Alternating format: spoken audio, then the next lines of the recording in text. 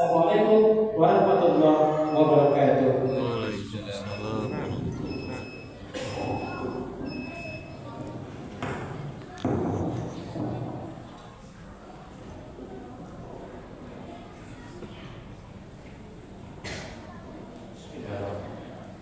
Assalamualaikum warahmatullahi wabarakatuh.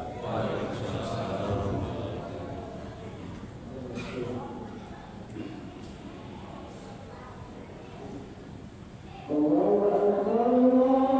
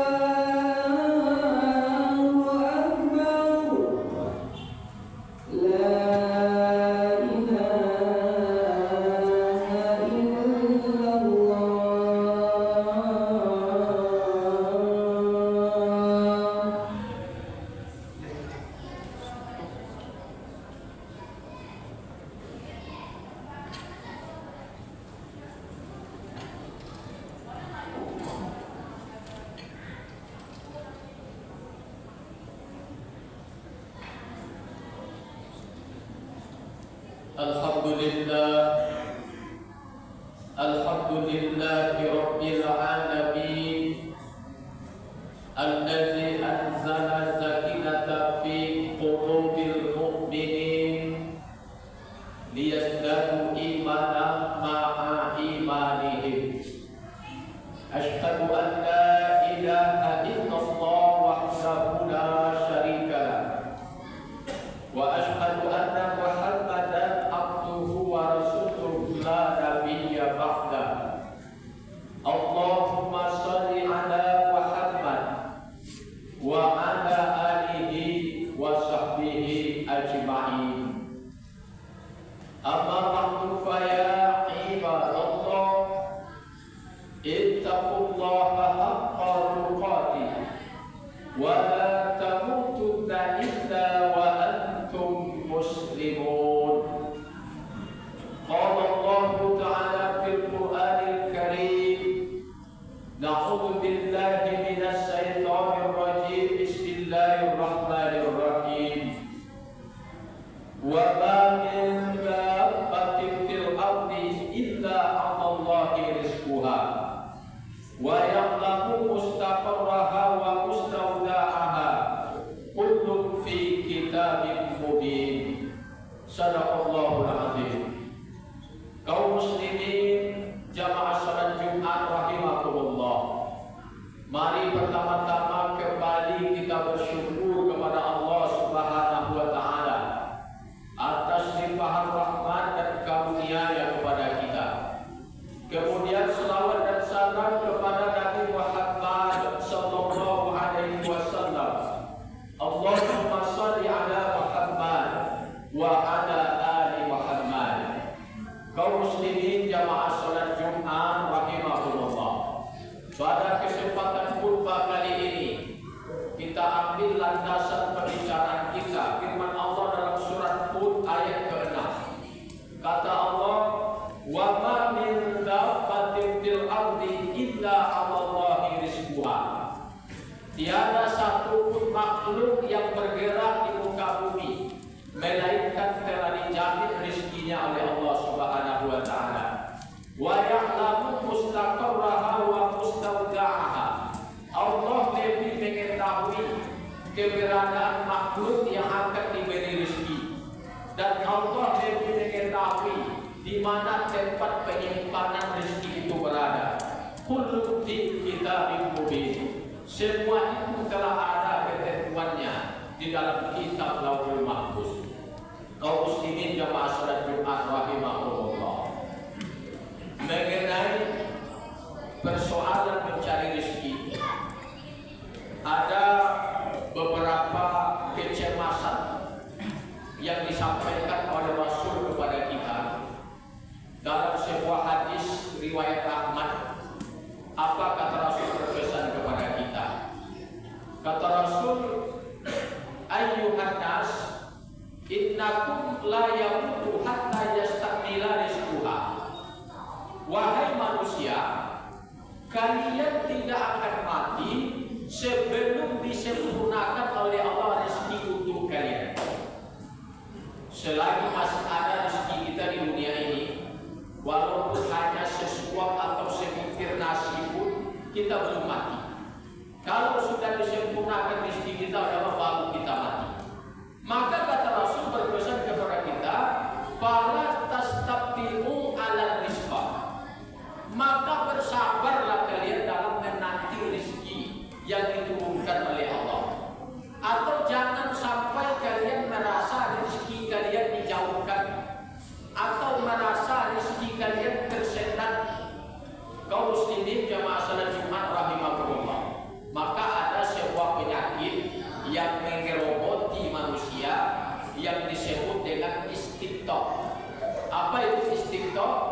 Merasa rezeki dijauhkan, merasa hidupnya paling melarat, merasa dia yang pantas untuk ditolong, merasa dia yang pantas untuk dikasihi. Atau bisa saja istiqtoh ini berarti tidak sabar dalam menanti rezeki yang telah ditakdirkan oleh Allah untuknya. Kaum muslimin jamaah salat Jumat rahimahullah, maka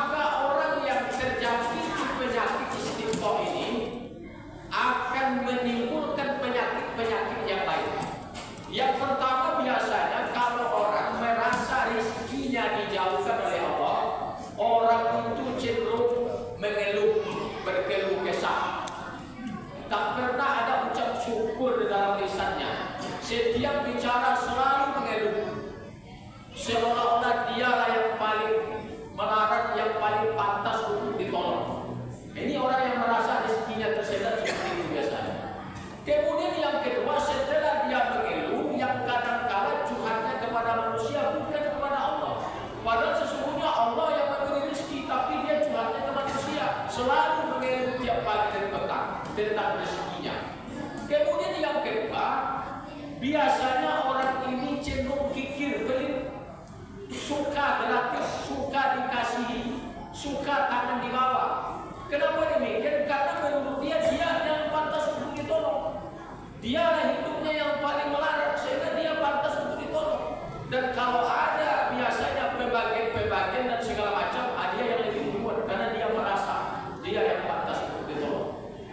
Selanjutnya, kaum muslimin jamaah salat Jumat rahimahumullah, orang yang seperti ini kalau dia sadar dengan keadaannya, mungkin sampai di situ kesalahan yang dia berbuat. Tapi kalau tidak sadar dengan keadaannya, biasanya orang seperti ini akan dibuai oleh hawa dan keinginan duniawi, sehingga dia tak sabar dalam menanti, dan bisa saja orang seperti ini akan melakukan hal-hal yang dilarang oleh Allah Subhanahu wa Ta'ala.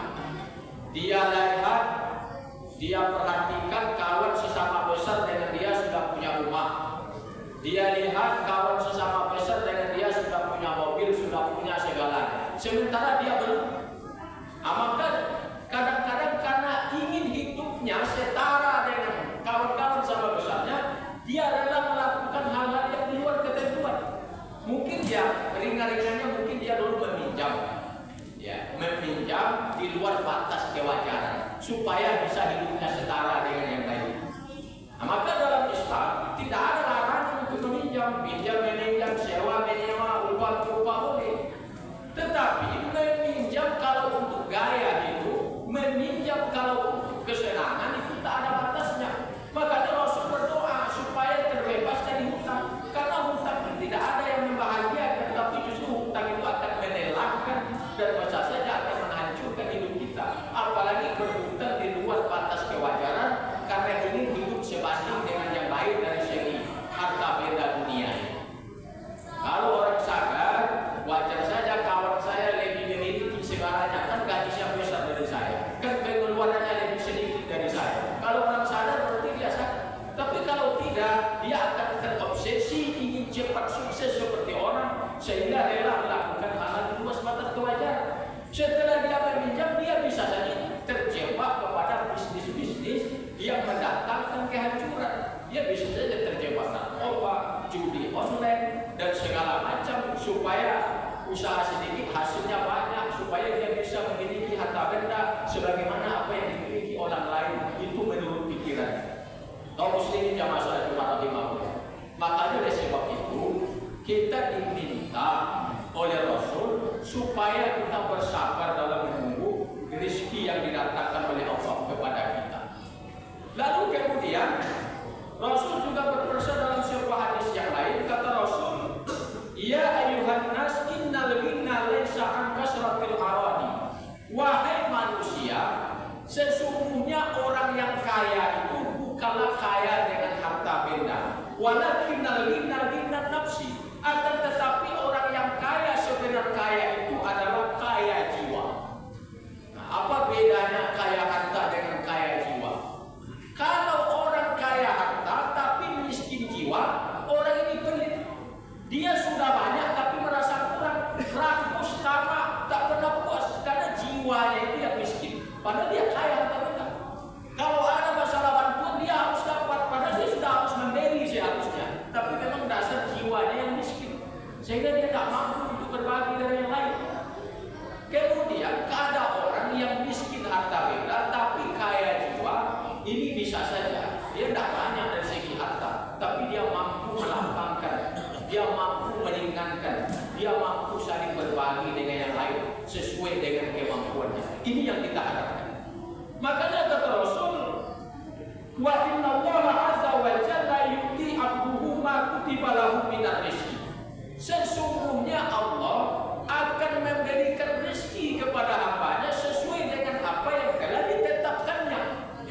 Makanya kita harus sabar dalam menanti rezeki. Makanya kata Imam Al-Ghazali, sesungguhnya apa yang telah ditakdirkan untuk kita, walaupun jaraknya 2 gunung, dia akan sampai kepada kita karena memang sudah ditakdirkan untuk kita. Tetapi apa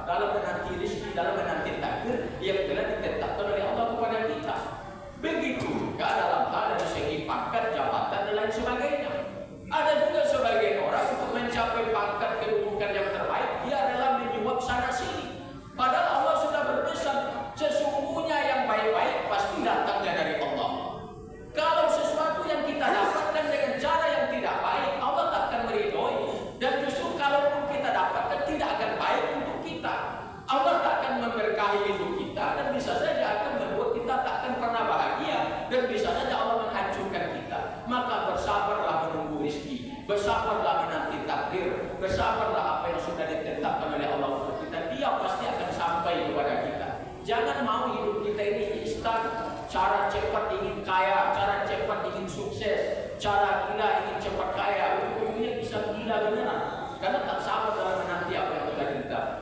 Maka kata Rasul berpesan kepada kita, fa'ajmilu fit thalab, maka carilah rezeki dengan jalan yang baik-baik. Khuzu ma halal wa da'mahu, ambillah yang halal dan tinggalkanlah yang haram. Kaum muslimin jamaah salat Jumat rahimahullah, sesungguhnya kita ini kaya, tak ada kita yang miskin kalau kita menyadari. Makanya kalau orang bersyukur itu dia pandai menutupi apa yang kurang dalam dirinya. Dia tak akan mengeluh, dia tak akan bercerita tentang kekurangannya. Yang dia lihat apa yang lebih daripada dirinya. Dia mampu mencari sisi baik apa yang ada pada dirinya. Makanya seperti kata-kata konten kreator sekarang, paru-paru berapa harga? Paru-paru 3 miliar, ginjal 2 miliar, jantung 2 miliar, hati 2 miliar. Jual itu berapa kekayaan kita? Jantung kita sehat, paru-paru kita sehat, hati kita sehat, semuanya sehat, dan kesehatan itu jauh lebih biasa kekayaannya. Makanya wajar saja Rasul mengatakan kepada kita, barang siapa yang memasuki pagi ada perasaan aman dalam hatinya, sehat badannya, ada makanan yang dimakan untuk hari itu, maka seolah-olah dunia beserta isinya sedang digiring menuju ke arahnya. Itulah orang yang paling kaya. Jadi makanya dari sebab itu kita diminta untuk bersyukur. Orang bersyukur itu sabar dan tawakal dalam mengikuti proses. Tidak mau meloncat-loncat, tak sabar. Dia mengikuti proses. Orang berusaha, dia berusaha juga. Orang bekerja, dia bekerja juga. Tapi dia lakukan dengan sabar, ikuti proses dengan baik, sambil tawakal kepada Allah Subhanahu wa Ta'ala. Kemudian orang yang bersyukur itu dia ridho atas pemberian, atas ketetapan Allah untuknya. Makanya kata Rasul, irdo bima qasamallahu ta'ala agunan nas. Orang yang ridho atas apa yang telah diberikan oleh Allah untuk dia, dialah orang yang paling kaya di antara manusia. Mudah-mudahan Bapak yang pendek ini ada manfaat untuk kita bersama. Fa'tabiru ya ulil absar la'allakum turhamun.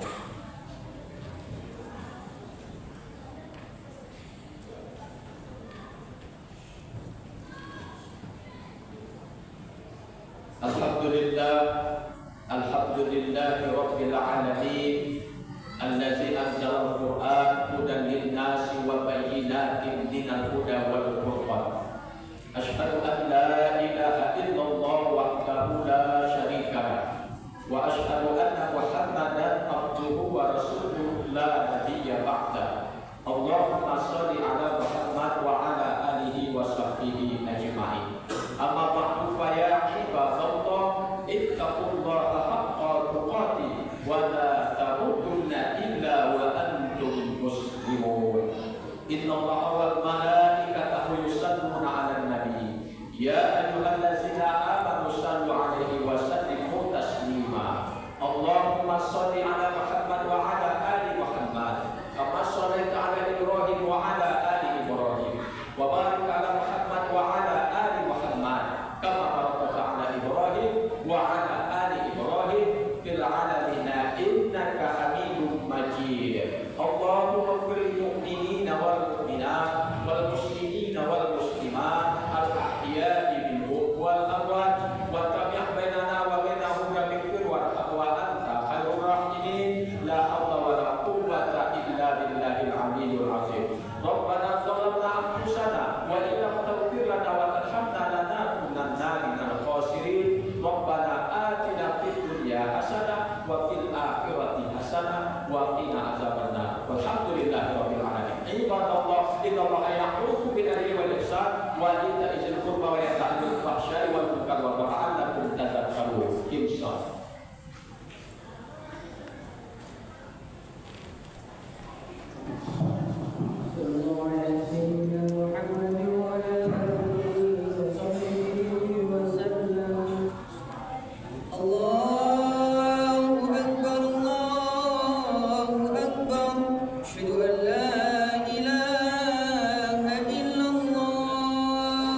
أشهد أن محمدا رسول